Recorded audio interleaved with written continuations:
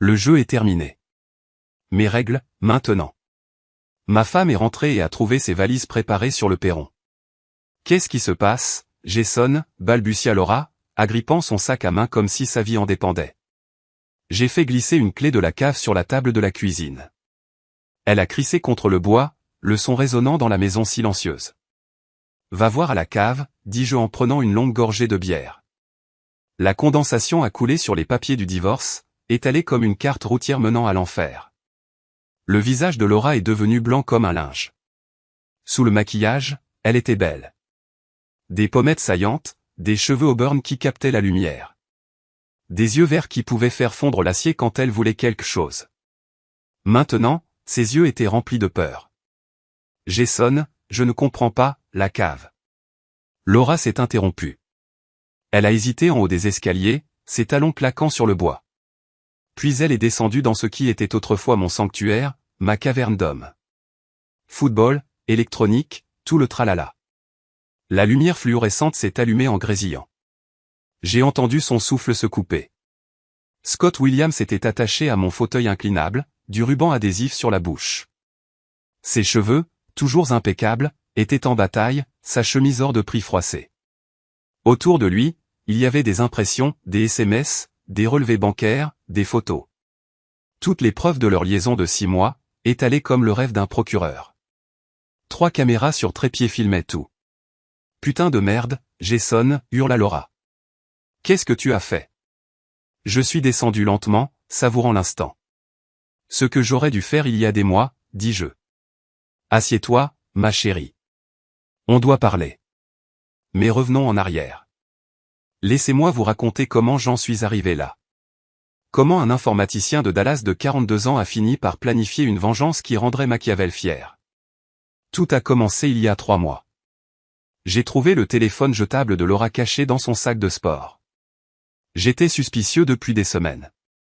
Les soirées tardives au cabinet d'avocat, la nouvelle lingerie que je ne voyais jamais, la façon dont elle se douchait dès qu'elle rentrait. Trouver ce téléphone, avec tous ces messages et photos salaces. C'est à ce moment-là que mon monde a basculé. Tellement hâte de te sentir en moi de nouveau, disait un message, adressé à quelqu'un qui s'appelait Scott. Mon mari travaille tard. Viens vers 9 heures. Des dizaines, chacun comme un coup de couteau dans mon ventre. Des photos, aussi. Laura dans des positions que je n'avais pas vues depuis des années, le visage rouge de passion qu'elle ne me montrait jamais. Et les moqueries incessantes sur notre mariage, notre vie. Il est tellement naïf, écrivait-elle. Il croit encore que je travaille sur le dossier Morrison.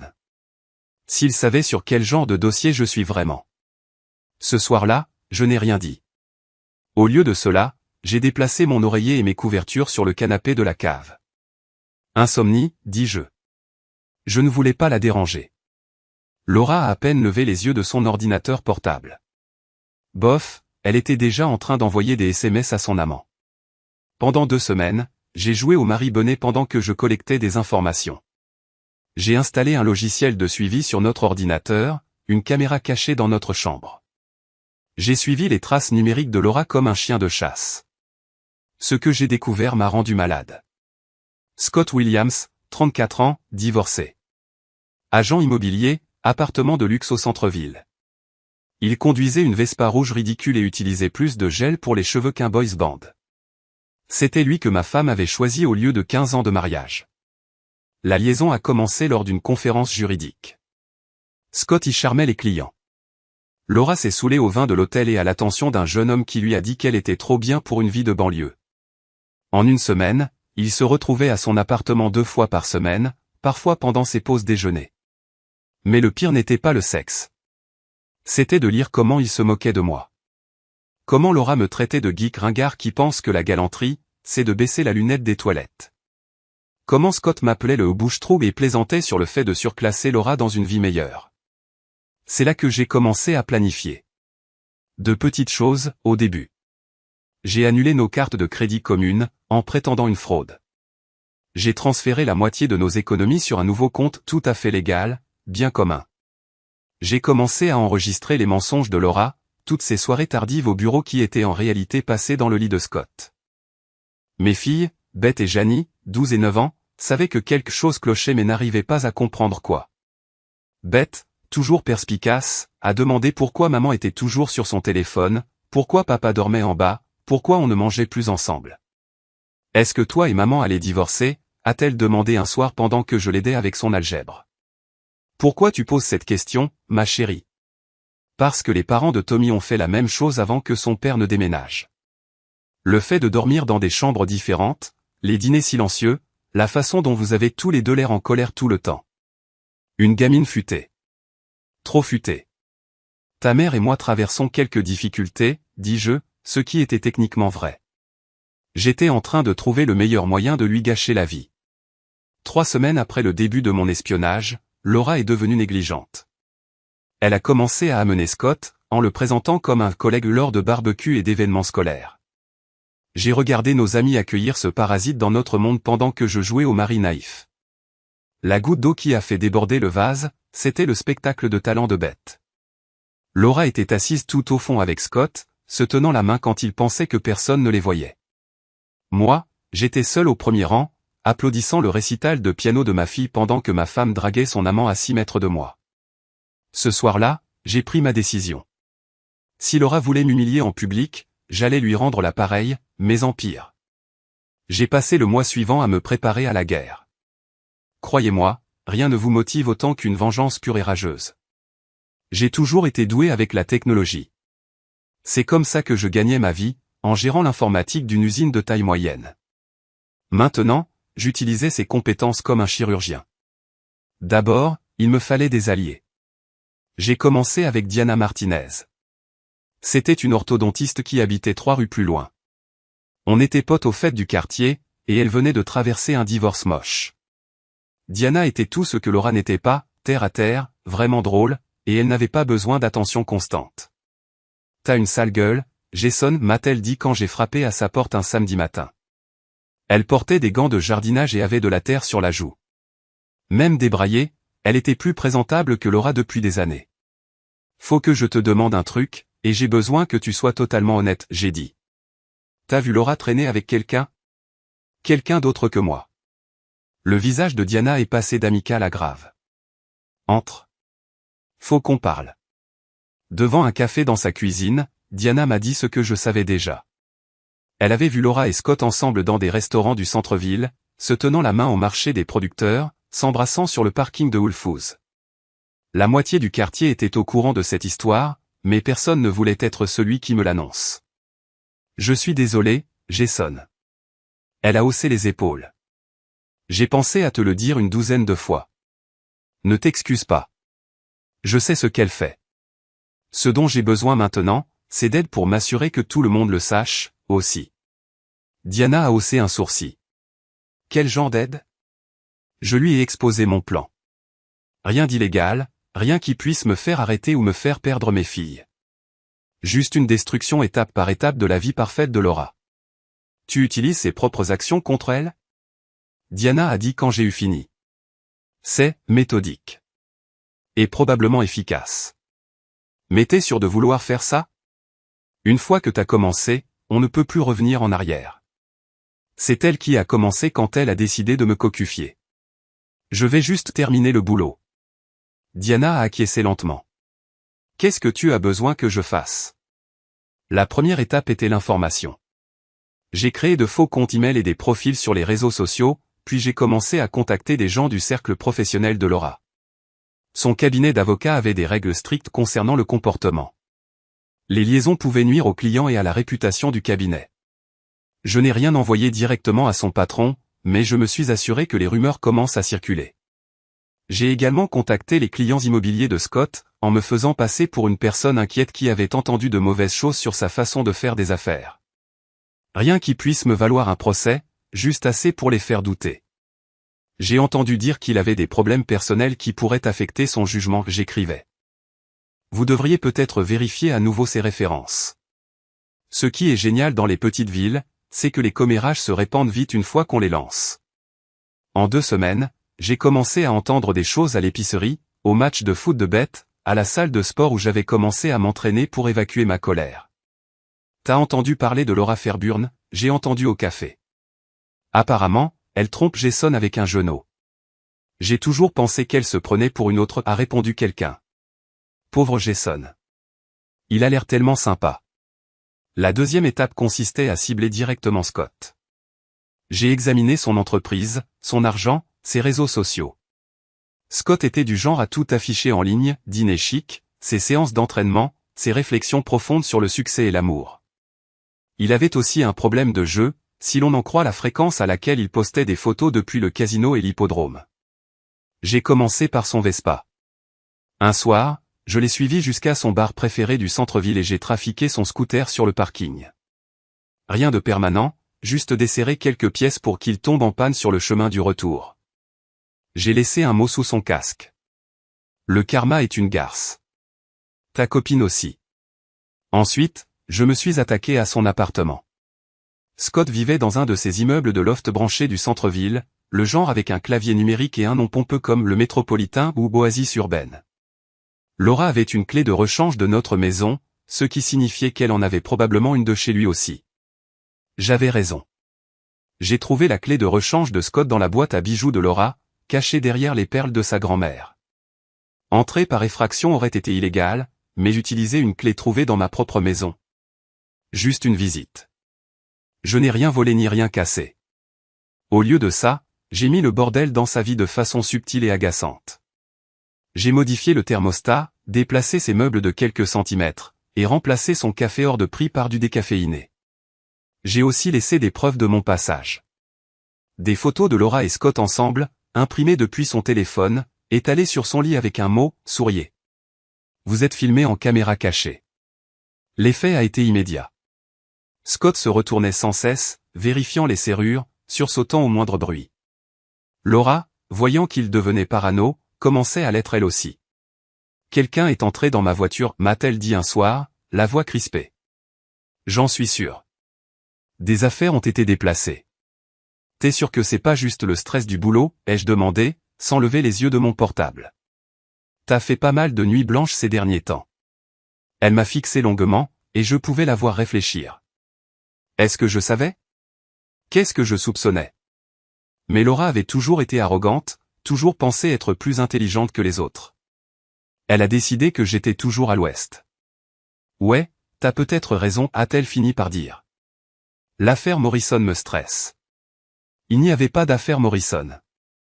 J'avais vérifié. La troisième étape, c'était la destruction sociale.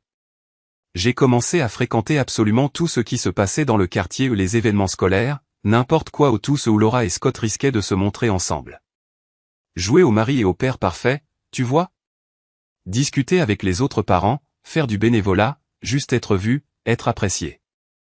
Pendant ce temps, je m'arrangeais pour que les gens remarquent le comportement bizarre de Laura à la fête de quartier du printemps. Je l'ai vu se faufiler pour envoyer un SMS à Scott pendant qu'on parlait.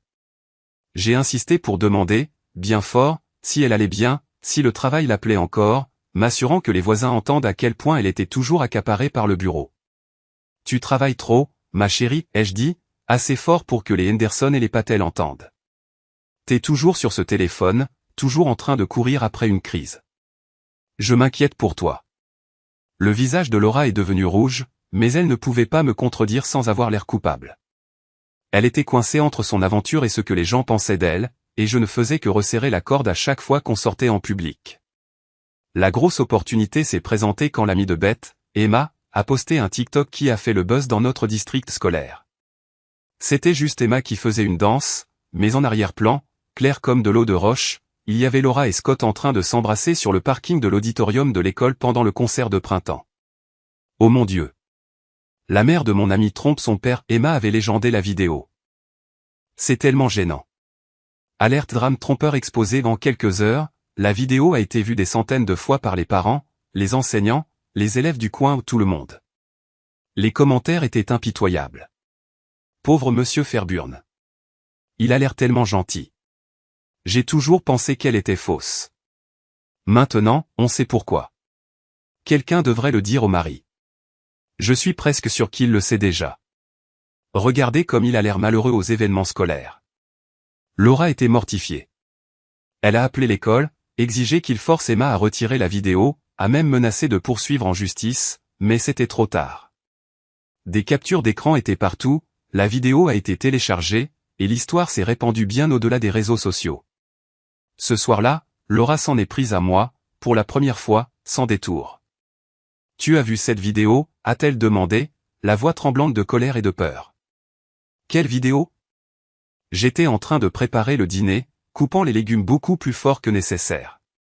La vidéo TikTok. La vidéo d'Emma Peterson au concert. Je ne suis pas trop TikTok, Laura. Qu'est-ce qu'il y avait dessus? Elle observait mon visage, essayant de voir si je mentais. Rien d'important, juste des histoires d'ados. Mais je pouvais voir la panique dans ses yeux. Sa double vie soigneusement construite s'effondrait, et elle commençait à penser que peut-être, juste peut-être, son mari n'était pas aussi idiot qu'elle le pensait. Ce week-end-là, Scott a essayé de tout arrêter. Je le sais parce que j'écoutais leur conversation téléphonique grâce au babyphone que j'avais caché dans la voiture de Laura. Le son n'était pas terrible, mais j'ai compris l'essentiel. Ça devient trop compliqué, a dit Scott. Les gens parlent, Laura. Mes clients posent des questions. Peut-être qu'on devrait se calmer un peu. Tu me laisses tomber? La voix de Laura était aiguë, désespérée. Après tout ce que j'ai risqué pour toi. Je ne te laisse pas tomber. Je suis réaliste. Ton mari pourrait savoir quelque chose. Cette vidéo, les trucs bizarres qui se passent dans mon appartement. Jason ne sait rien. Il est complètement à l'ouest. T'es sûr de ça? Il y a eu une longue pause. Oui, a finalement dit Laura, mais elle n'avait pas l'air si sûre. C'est là que j'ai su qu'il était temps de passer à la dernière étape. Laura était faible, Scott se dégonflait, et tout le monde commençait à les détester. Il me fallait juste le bon moment pour tendre mon piège.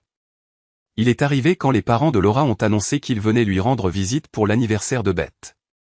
George et Suzanne Hartwell étaient des conservateurs à l'ancienne qui n'avaient jamais vraiment aimé la carrière de leur fille ni sa façon de gérer son mariage. Ils m'ont toujours bien aimé, moi. Ils pensaient que j'étais un bon soutien de famille et un bon père. J'ai décidé d'accélérer les choses.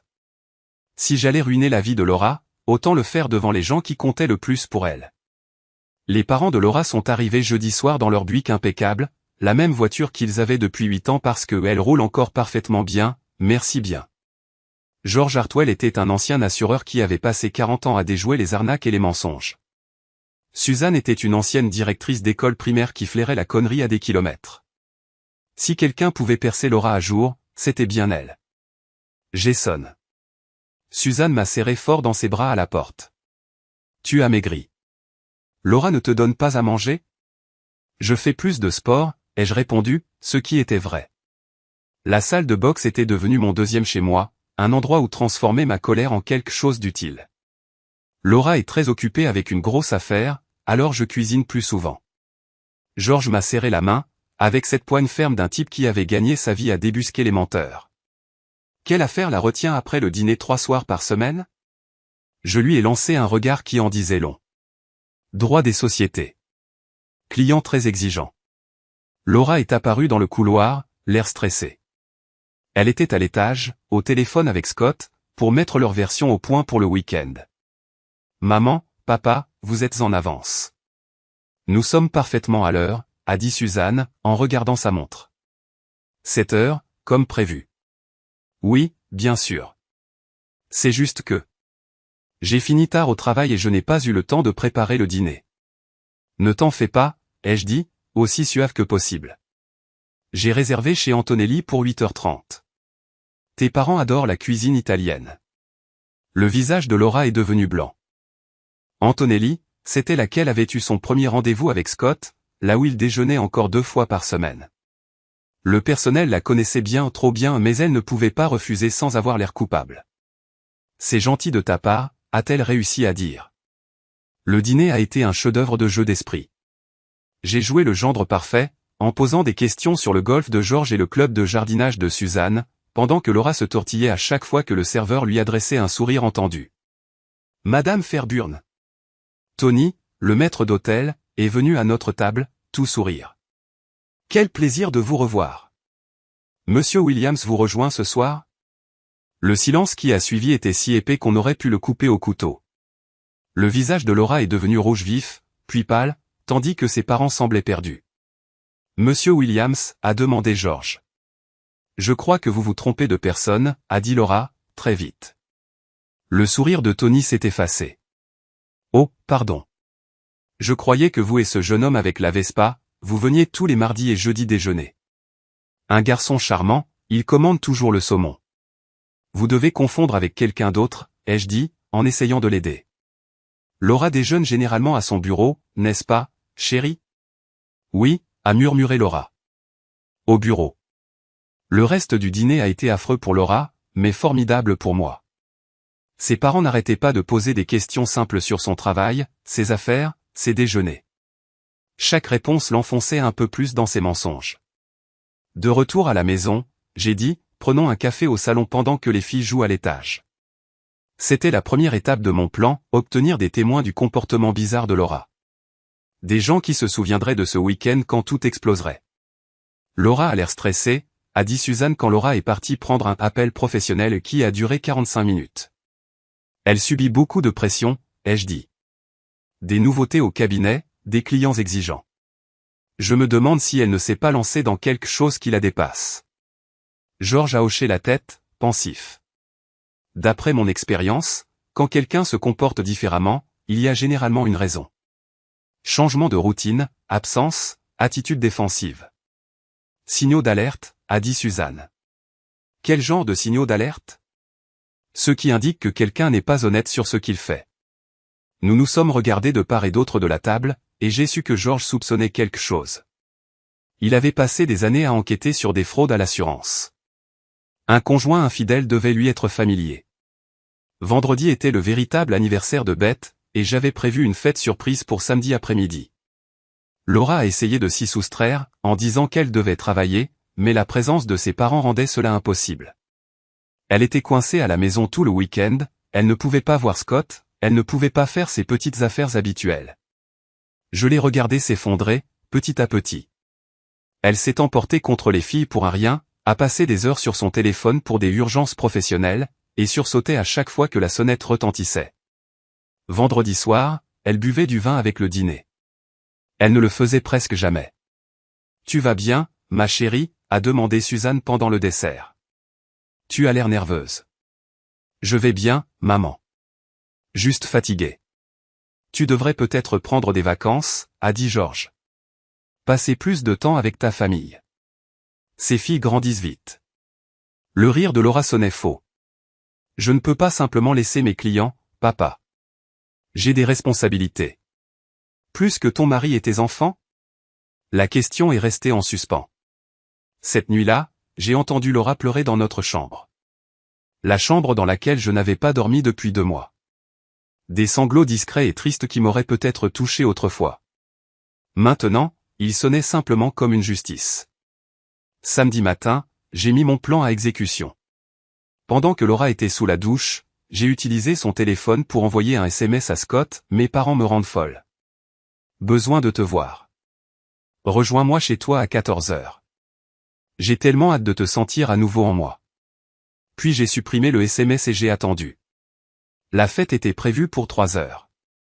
Voisins, camarades d'école, leurs parents, je m'étais assuré d'inviter des familles où les parents étaient de grandes pipelettes, celles qui répandraient tout ce qu'ils avaient vu dans toute la ville en 24 heures.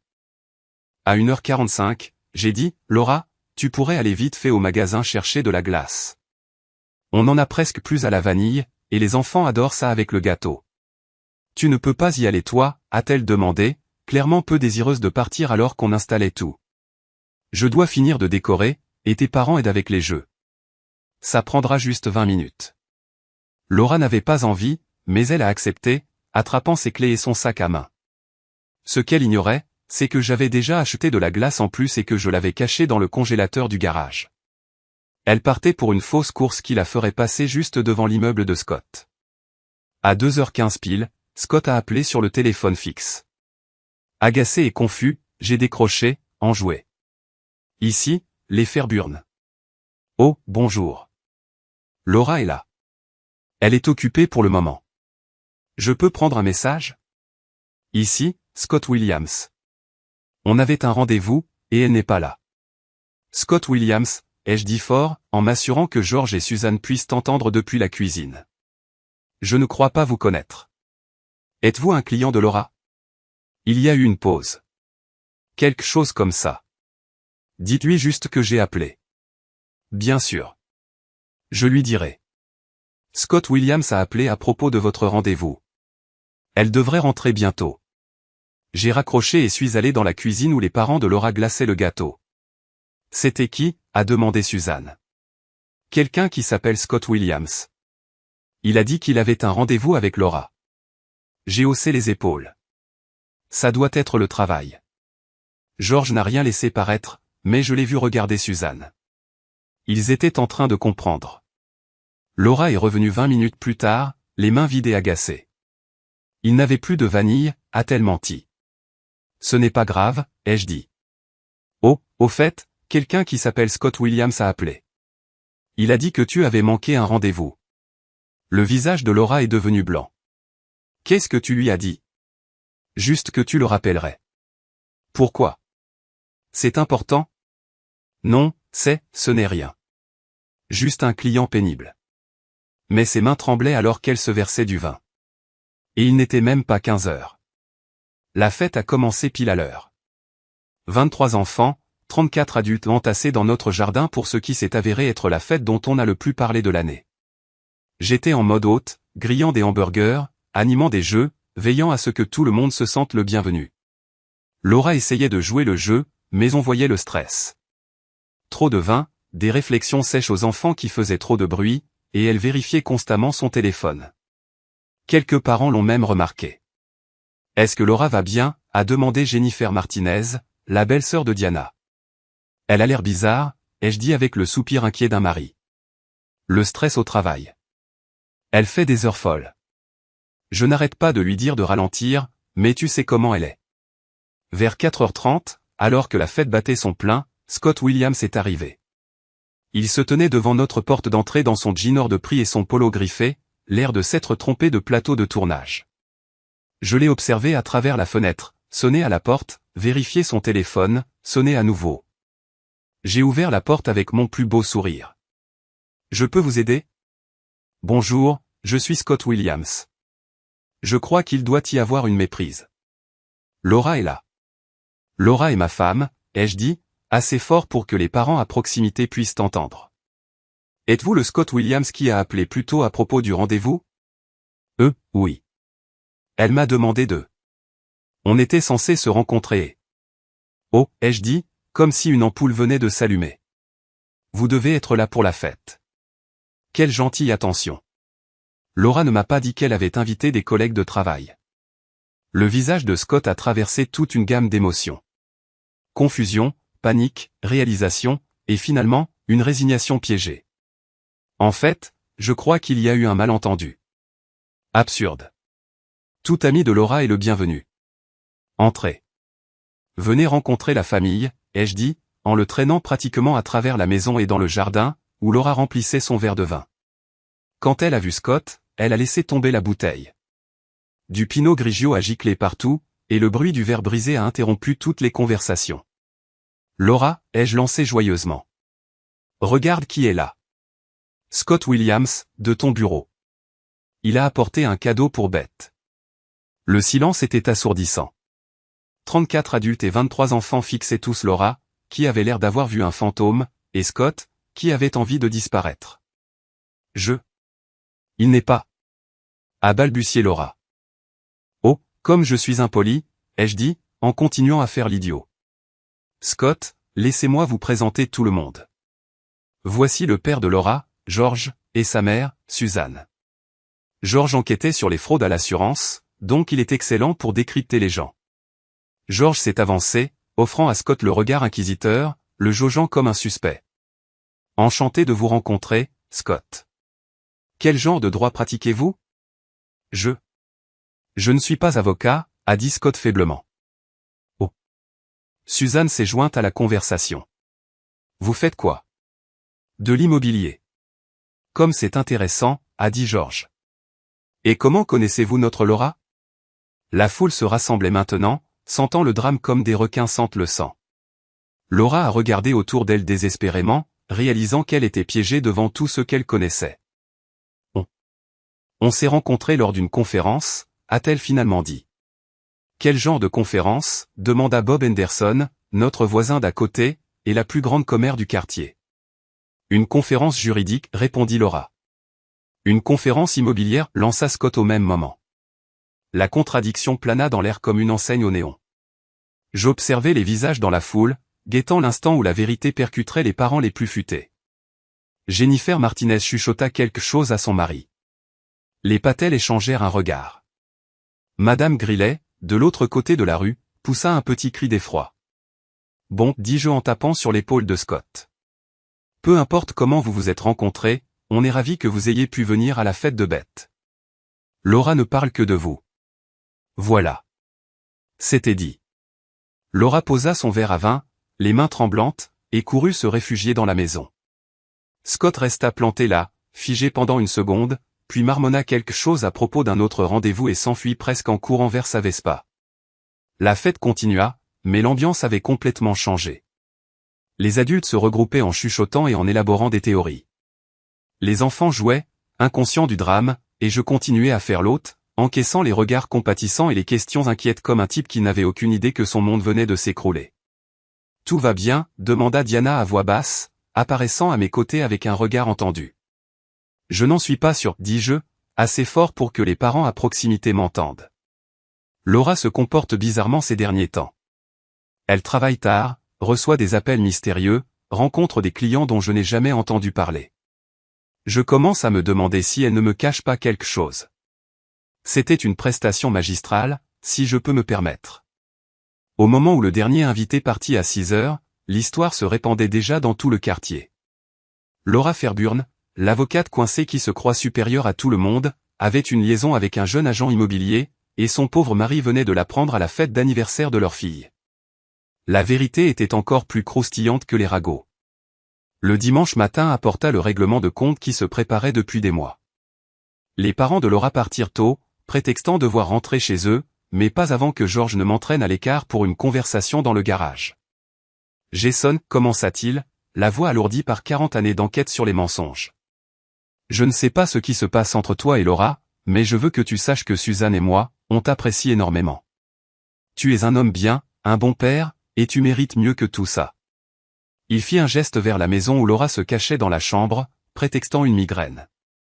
J'apprécie, George. Vraiment.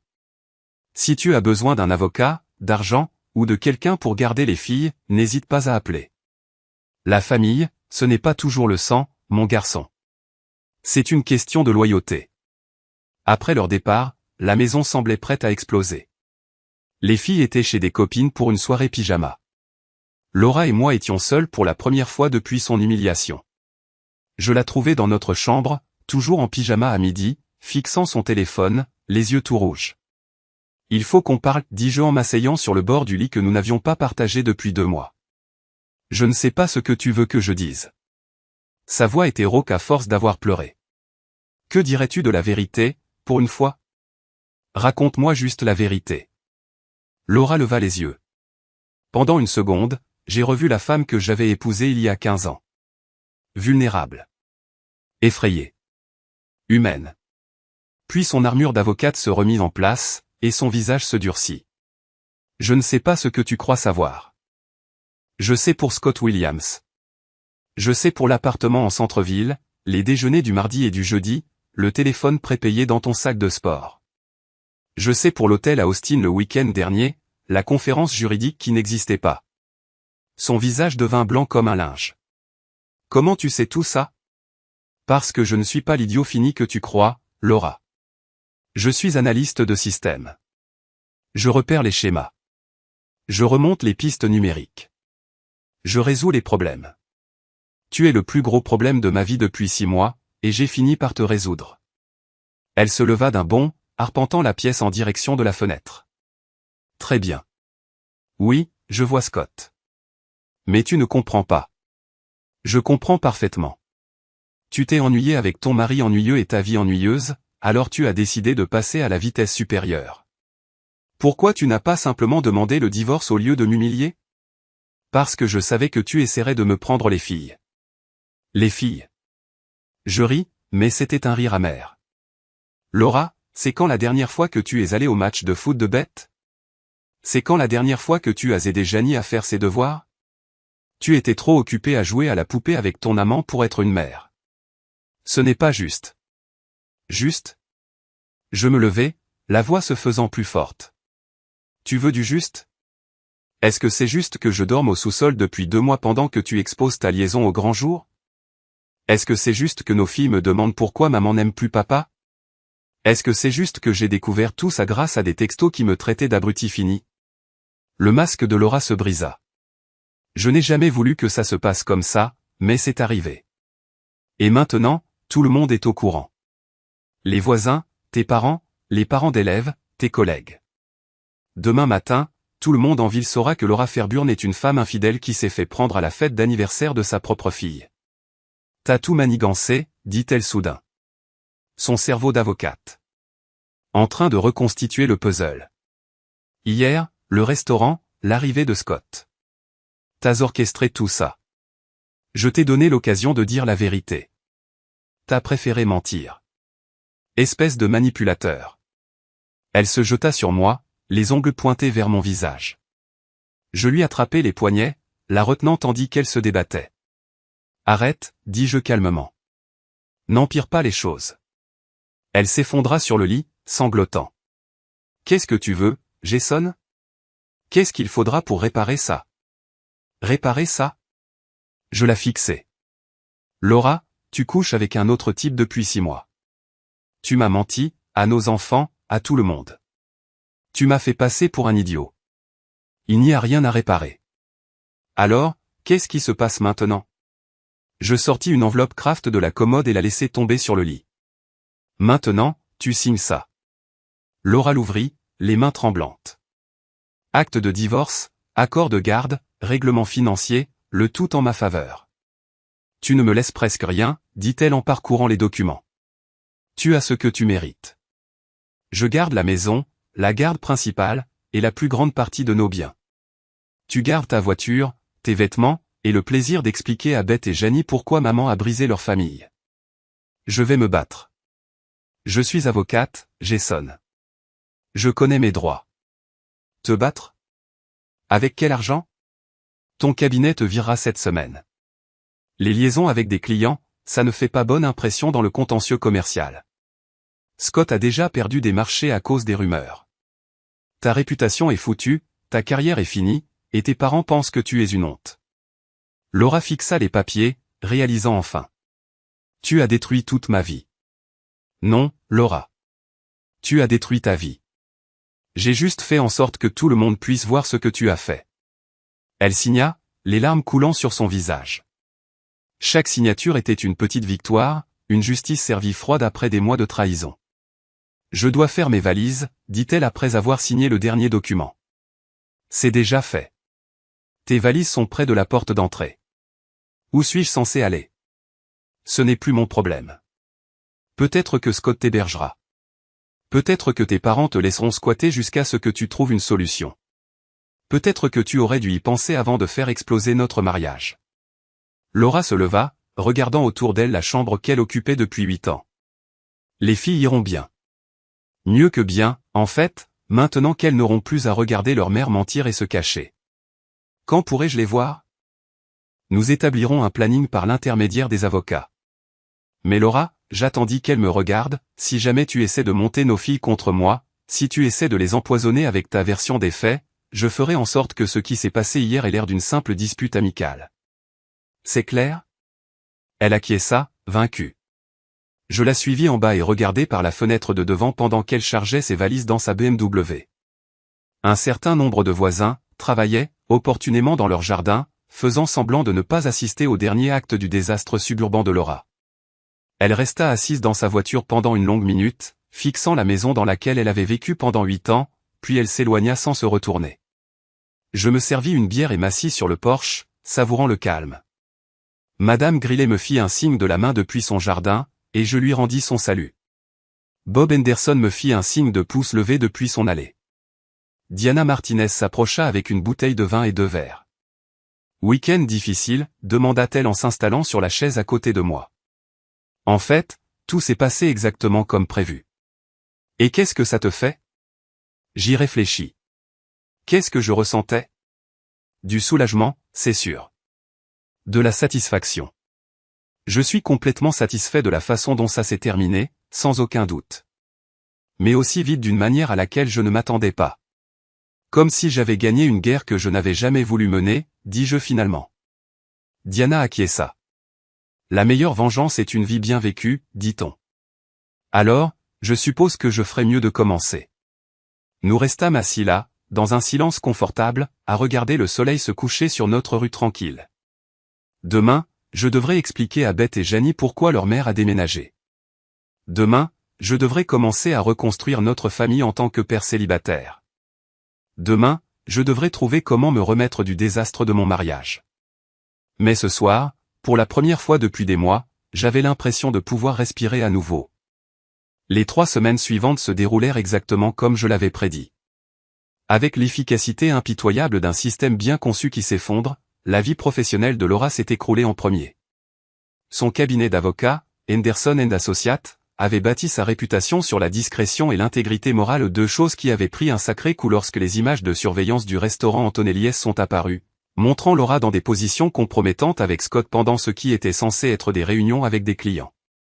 Je n'avais pas mis en place l'histoire de la vidéo, mais je n'ai certainement pas découragé Tony, le serveur, quand il a mentionné que la compagnie d'assurance du restaurant avait demandé tous les enregistrements de sécurité des 6 derniers mois après une plainte pour glissade et chute.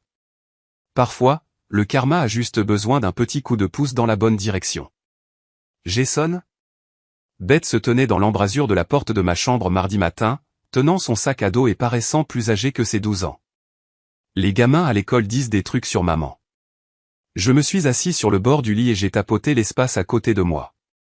Quel genre de truc? Qu'elle est un homme.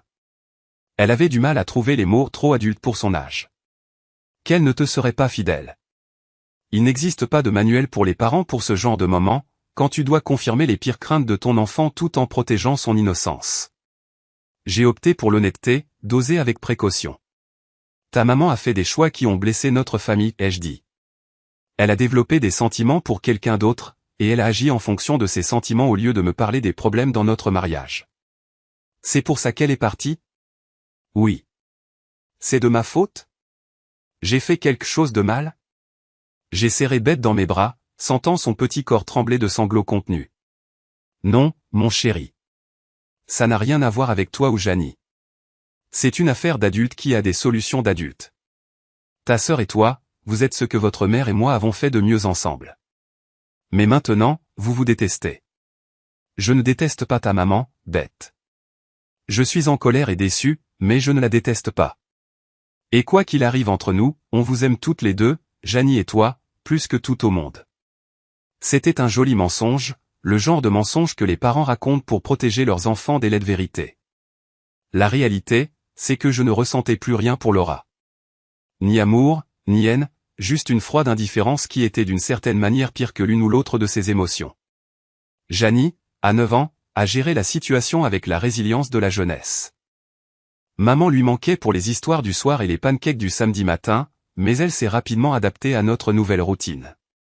Beth, plus perspicace et plus proche de comprendre les trucs d'adultes, a eu plus de mal avec les changements. Pendant ce temps, les ragots du quartier tournaient à plein régime. J'ai appris par Diana que Laura logeait dans un hôtel de longue durée près de l'aéroport, payant à la semaine parce qu'elle ne trouvait personne qui veuille l'héberger à long terme. Ses parents lui avaient offert un soutien conditionnel. Elle pouvait rentrer à la maison, en Oklahoma, si elle acceptait une thérapie et coupait tout contact avec Scott. Laura, comme on pouvait s'y attendre, avait refusé. La vie de Scott s'effondrait encore plus vite que celle de Laura. Sa licence d'agent immobilier était en cours d'examen par l'ordre professionnel suite à des plaintes concernant son comportement non professionnel. 3 grosses transactions avaient capoté lorsque les clients avaient découvert son aventure avec une avocate mariée.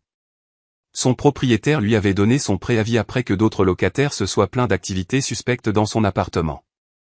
Apparemment, mes petites visites de réaménagement l'avaient rendu assez paranoïaque pour installer des caméras de sécurité, qu'il avait ensuite filmé en train d'avoir des disputes bruyantes et alcoolisées avec Laura à toute heure. Le comble de l'ironie, c'est que je n'avais rien d'autre à faire. L'aventure avait créé sa propre force destructrice, et je n'avais qu'à m'asseoir et regarder les dominos tomber. Le jeudi après-midi, j'allais chercher les filles à l'école quand je suis tombé sur Claire Barnett, l'ancienne avocate de Laura pour son divorce. Claire était un requin en tailleur, connu pour soutirer le moindre centime aux maris infidèles. La voir dans la file d'attente devant l'école primaire était inattendue. « Jason, dit-elle, en s'approchant de la vitre de ma voiture, je voulais te parler. Si c'est au sujet de l'affaire de Laura, vous devriez contacter mon avocat. En fait, je ne représente plus votre femme. » Le sourire de Claire était de prédatrice. Conflit d'intérêts, on pourrait dire. J'ai haussé un sourcil. Quel genre de conflit? Le genre où j'ai réalisé que ma cliente me mentait sur des faits importants de son affaire. Laura m'a dit qu'elle était victime d'abandon affectif, que vous étiez contrôlant, peut-être même violent. Elle a fait croire que vous l'aviez poussée à tromper. Et maintenant? Maintenant, j'ai vu les preuves. La chronologie de son aventure, les relevés de cartes de crédit montrant les séjours à l'hôtel et les cadeaux pour son amant, ce que les voisins ont dit de son comportement. Laura n'a pas été poussée à tromper. Elle l'a choisi, l'a planifié et a menti à ce sujet. Claire m'a tendu sa carte. Je ne fais pas ça d'habitude, mais si vous avez besoin d'autres éléments pour votre affaire de garde, appelez-moi. Certains avocats représenteront n'importe qui pour de l'argent. Je préfère les clients qui disent la vérité. Ce soir-là, après que les filles se soient endormies, je me suis assis dans mon bureau au sous-sol, la même pièce où j'avais comploté la chute de Laura, et j'ai pensé à quel point ma vie avait changé. Il y a 3 mois, j'étais un mari fidèle vivant dans le mensonge. Maintenant, j'étais un père célibataire vivant dans la vérité, et c'était incroyable.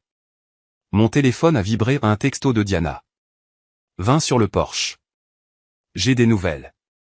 Je l'ai trouvée qui m'attendait sur mes marches avec une bouteille de cabernet et un énorme sourire. D'accord, ai-je dit, en m'asseyant à côté d'elle sur la balancelle. Quoi de neuf? J'ai croisé Scott Williams au magasin aujourd'hui, et il quitte la ville. Il a perdu son emploi, perdu son appartement. Et Laura l'appelle sans arrêt, le suppliant de partir avec elle? Le sourire de Diana était diabolique. Il lui a dit mais je cite t'es dingue si tu crois que je vais traîner ton cirque dans un autre état. C'était censé être un amusement, pas une histoire à vie. J'ai ressenti un éclair de pitié pour Laura, puis une vague de satisfaction. Elle avait tout misé sur un type qui la voyait comme une passade, pas comme une partenaire. La justice cosmique de la chose était presque parfaite. Il y a autre chose, a dit Diana. Laura est sur la liste noire de tous les grands cabinets d'avocats de la ville. Les nouvelles vont vite dans les milieux juridiques, et personne ne veut l'embaucher avec tout ce bordel. Elle va devoir tout recommencer ailleurs, probablement sur un marché bien plus petit. Tant mieux, ai-je dit, et je le pensais. On est resté assis en silence, à regarder le quartier se calmer. Des lumières de Porsche s'allumaient, des chiens aboyaient sur des joggeurs, et quelqu'un dans la rue faisait griller des steaks. C'était paisible, normal tout ce que je pensais avoir perdu quand mon mariage avait explosé. Je peux te demander quelque chose, a dit Diana. Vas-y. Est-ce que tu te sens parfois coupable de la façon dont tout ça s'est passé? J'y ai réfléchi. Est-ce que je me sentais coupable d'avoir ruiné la vie de Laura? De l'avoir humiliée publiquement, d'avoir systématiquement détruit tout ce qu'elle avait construit? Non, ai-je finalement répondu. J'ai l'impression d'avoir remis les compteurs à zéro. Laura avait 6 mois pour faire des choix différents. Elle aurait pu demander le divorce, aller voir un conseiller conjugal, ou au moins être honnête sur ce qu'elle faisait. Au lieu de ça, elle a choisi de mentir, de tromper et de m'humilier tout en faisant semblant d'être une bonne épouse et une bonne mère. Et Scott? Scott savait que Laura était mariée. Il savait qu'elle avait des enfants. Il a choisi de fricoter avec une femme mariée et de se moquer de son mari dans son dos. Ils ont tous les deux fait leur propre choix. Diana a acquiescé. J'ai vécu quelque chose de similaire avec mon ex, mais je n'avais pas ta stratégie. Qu'est-ce que tu as fait? J'ai beaucoup pleuré, j'ai mangé trop de glace, et je l'ai laissé prendre la moitié de tout au divorce. Puis j'ai passé 2 ans en thérapie, à réapprendre à faire confiance aux gens. Des regrets? Seulement de ne pas m'être battu plus fort pour ce que je méritais. Nous avons fini le vin alors que la nuit tombait.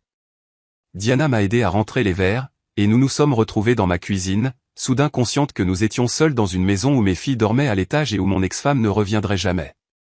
Je devrais y aller, a dit Diana, mais elle n'a pas bougé. Tu devrais, ai-je acquiescé, mais je ne me suis pas éloigné d'elle non plus. Le baiser était inévitable, doux au début, puis plus profond alors que des mois de manigance et d'attirance croissante explosaient enfin. Quand on s'est arrêté, les yeux de Diana brillaient. C'est compliqué, a-t-elle dit.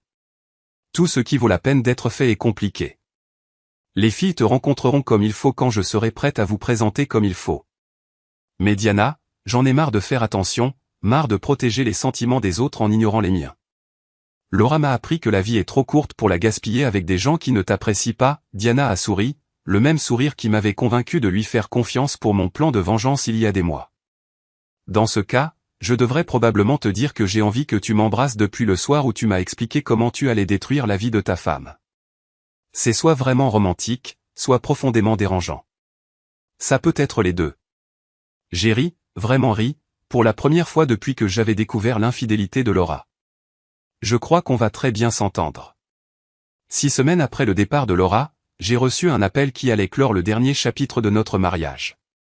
C'était mercredi après-midi, et j'étais en train d'examiner des rapports à mon bureau quand mon téléphone a sonné. Monsieur Fairburn, ici le détective Rodriguez du Dallas PD. Je dois vous parler de votre femme, Laura Fairburn. Mon sang s'est glacé. Malgré tout, elle restait la mère de mes enfants. Elle est blessée? Qu'est-ce qui s'est passé? Elle va bien, physiquement, mais elle a été arrêtée pour harcèlement et traque. Elle vous a indiqué comme personne à contacter en cas d'urgence. Traque de qui? De Scott Williams. Apparemment, elle le suit, elle se pointe à son travail, elle l'appelle des dizaines de fois par jour. La nuit dernière, elle s'est introduite par effraction dans son nouvel appartement et on l'a retrouvée endormie dans son lit quand il est rentré d'un rendez-vous. Je ferme les yeux, me sentant dégoûté et juste, fatigué. Détective, je dois être clair sur quelque chose. Laura et moi. Nous sommes divorcés. Je ne suis pas responsable de ce qu'elle fait. Et je ne vais pas la sortir de ce pétrin. Je comprends, monsieur, mais elle veut vous parler. Elle dit que c'est à propos des enfants. Ça a tout changé. Quoi que Laura soit devenue, elle restait la mère de Beth et Janie. Je ne pouvais pas laisser mes filles souffrir à cause de sa dépression. 1 heure plus tard, j'étais assis en face de Laura dans une salle d'interrogatoire froide du centre de détention du comté de Dallas. Cette femme ressemblait à peine à l'avocate soignée que j'avais épousée. Ses cheveux étaient en désordre, ses vêtements froissés, et ses yeux avaient ce regard sauvage et perdu. « Jason », dit-elle en tendant les mains par-dessus la table. Je me suis reculé. « Dieu merci, tu es venu. J'ai besoin que tu m'aides à arranger ça. » Arranger quoi? Laura, tu t'es introduite par effraction dans l'appartement de ton ex-petite amie. Tu le traques depuis des semaines. Il n'y a rien à réparer. Juste les conséquences de tes actes. Tu ne comprends pas Scott et moi, c'était sérieux. Tout ça n'est qu'un malentendu. Laura, Scott Williams a une ordonnance restrictive contre toi. Il raconte à tout le monde que tu es folle. Il a déménagé 2 fois pour t'échapper. Qu'est-ce qui sonne sérieux là-dedans? Il a juste peur à cause de ce que tu as fait. La façon dont tu nous as humiliés à la soirée de Beth, dont tu as monté tout le monde contre nous. Si tu ne t'étais pas mêlé de ça. Si je ne m'étais pas mêlé de ça, tu continuerais à te cacher, à mentir à nos filles, à me faire passer pour un idiot. Au moins, maintenant, tout le monde connaît la vérité. Laura s'est effondrée. J'ai tout perdu à cause de toi. Mon travail, ma maison, ma réputation, tout. Tu as tout perdu parce que tu as trompé au lieu de te battre pour notre mariage ou de simplement demander le divorce. Chaque conséquence est due à tes choix. Les filles ont besoin de leur mère. Les filles ont besoin de stabilité, d'honnêteté et d'un parent qui les fasse passer en premier. Pour l'instant, c'est moi. Laura m'a fusillé du regard, presque comme si elle me haïssait.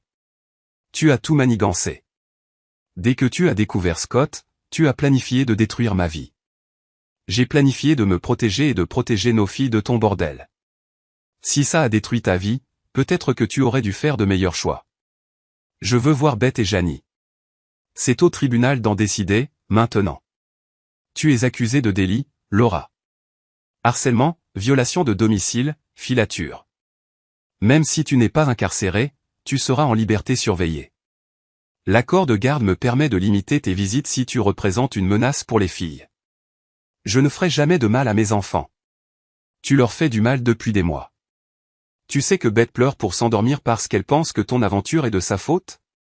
Tu sais que Janie me demande tous les jours quand maman rentre à la maison, et je dois lui expliquer que maman a fait des choix qui font qu'elle ne peut plus vivre avec nous?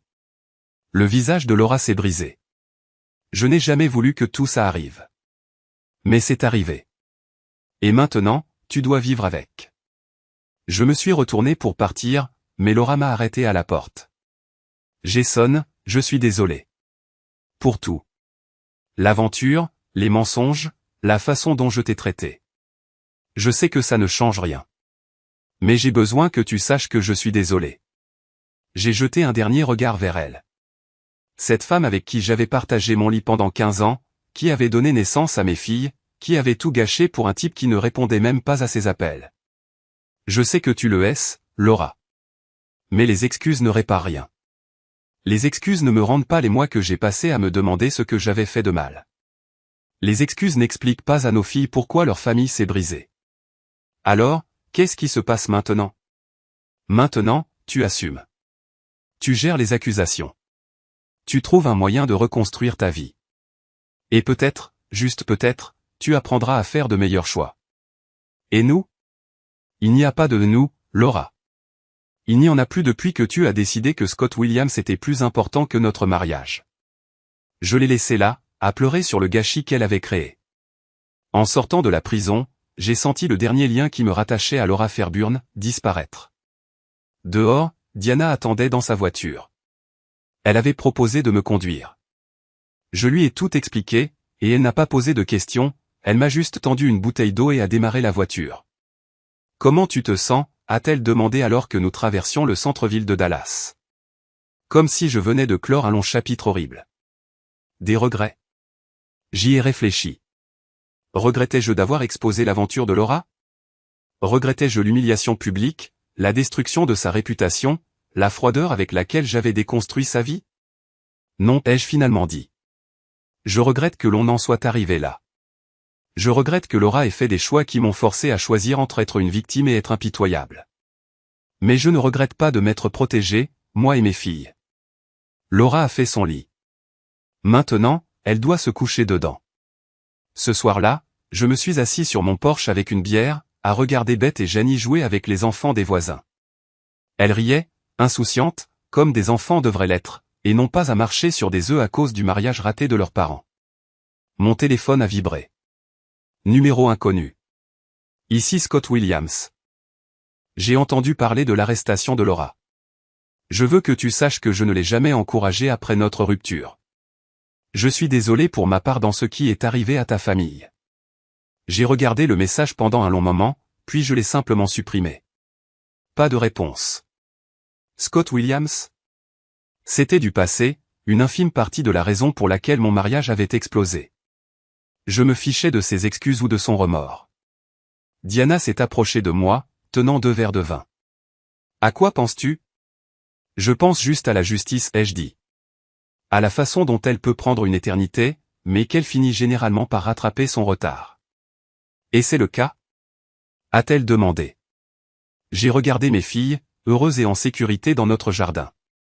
J'ai regardé Diana, une femme qui croyait en l'honnêteté et la loyauté. J'ai regardé ma maison, ma vie, mon avenir, tout cela calme et sûr, quelque chose que je n'avais pas ressenti depuis des mois. Oui, ai-je dit. Je crois que oui.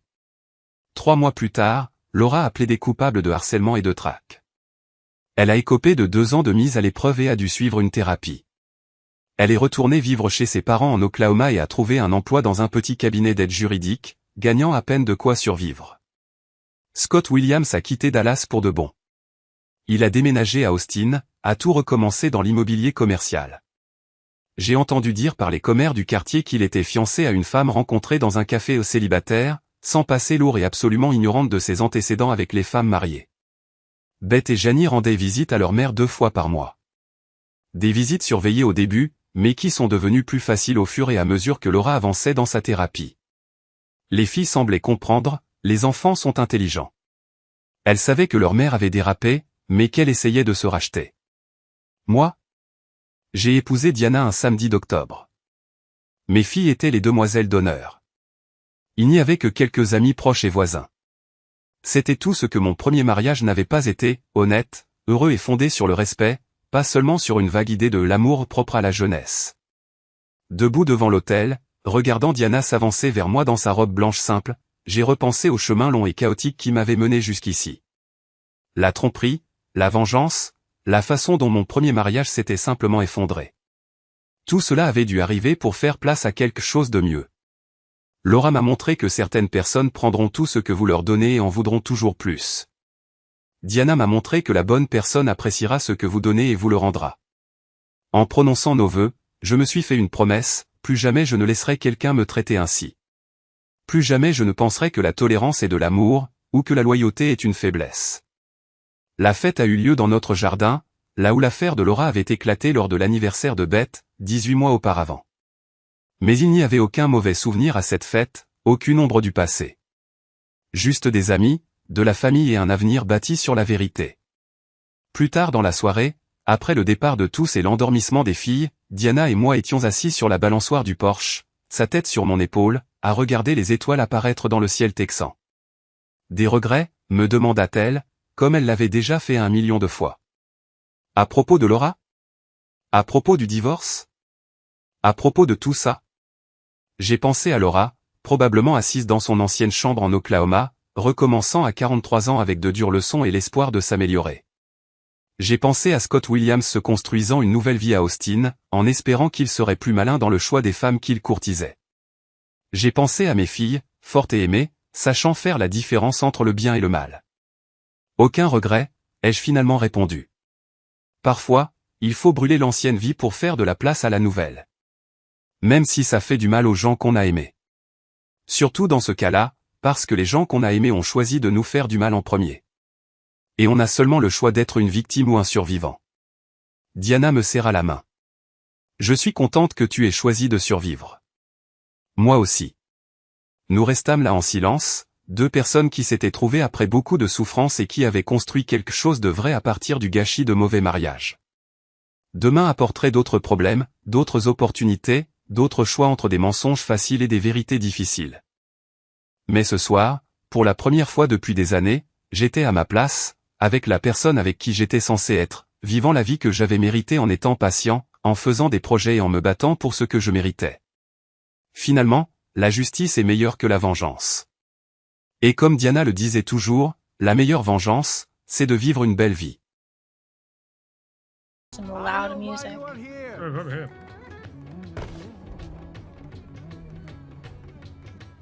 The head bop.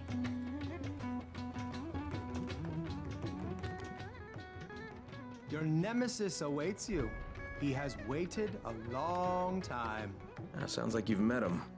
He once sought my visions for his advantage, but I will not share my gift with such a man as him. With you, I will. How much will that cost? The price will be high, but your payment will not be to me. Now you will go to the river. There is a pungent nightshade that reveals itself only in the moonlight.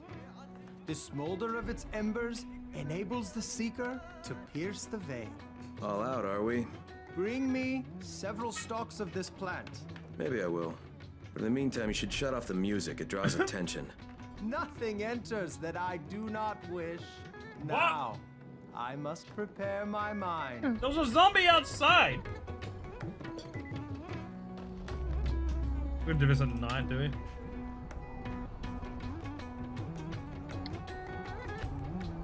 They got night herbs, so.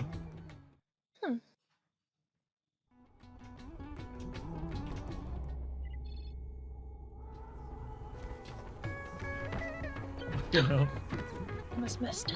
this wizard guy's funny. Oh my God.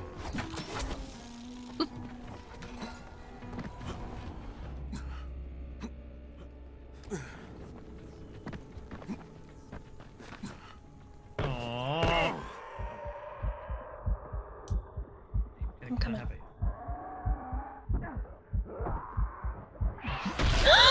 Help! That went well. Your karma really did happen. Wow. Yeah, that was aggressive.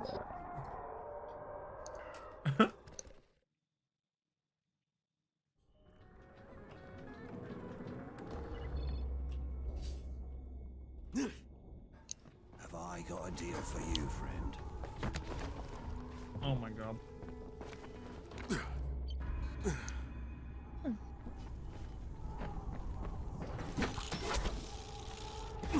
What? Wrong. Accident. What? No! Fuck. I might be able to get you out. It's okay.